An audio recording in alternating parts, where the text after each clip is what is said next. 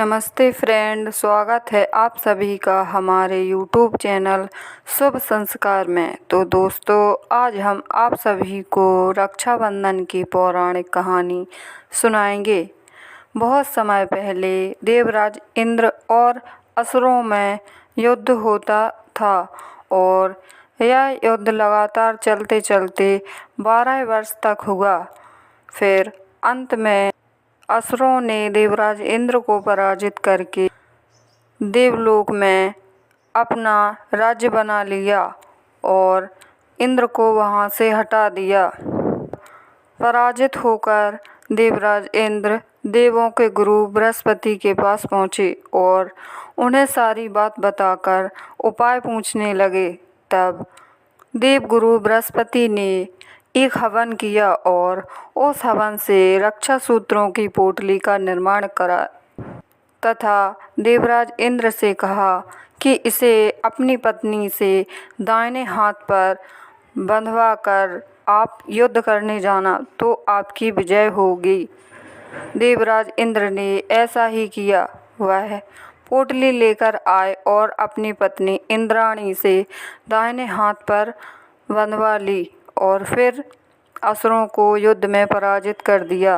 कहते हैं कि इंद्राणी ने जिस तिथि को वह रक्षा सूत्रों की पोटली इंद्र के हाथ पर बांधी थी, उस दिन श्रावण मास की पूर्णिमा तिथि थी और उसी दिन से इस तिथि को रक्षाबंधन तिथि कहा जाने लगा।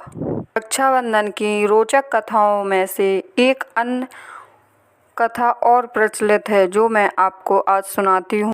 द्वापर युग में एक बार जब श्री कृष्ण युद्ध करने गए हुए थे, तब युद्ध करते करते उनको हाथ में चोट लग गई थी और जब वह युद्ध करके वापस आए तो द्रौपदी ने उनका हाथ देखा जिससे खून बह रहा था। तब द्रौपदी ने तुरंत ही अपनी साड़ी फाड़कर श्री कृष्ण के हाथ पर बांध दी थी और इस प्रकार भगवान श्री कृष्ण द्रौपदी के ऋणी हो गए थे।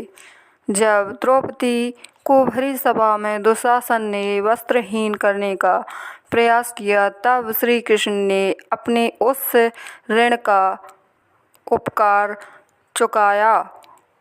कहते हैं कि श्री कृष्ण ने छोटी सी साड़ी के टुकड़े को हजारों हाथ द्रौपदी को वापस किए थे।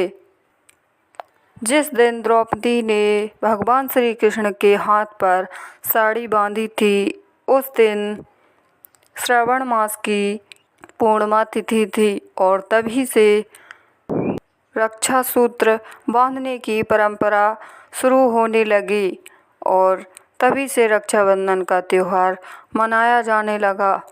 कहा जाता है कि जो बहन अपने भाई के कलाई पर राखी बांधती है तो उनके भाई उनकी रक्षा करने का उन्हें वचन देते हैं।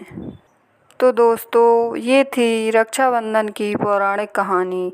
आपको कैसी लगी हमें कमेंट में ज़रूर बताएं। वीडियो पसंद आए तो लाइक और हमारे चैनल को सब्सक्राइब करना ना भूलें। धन्यवाद।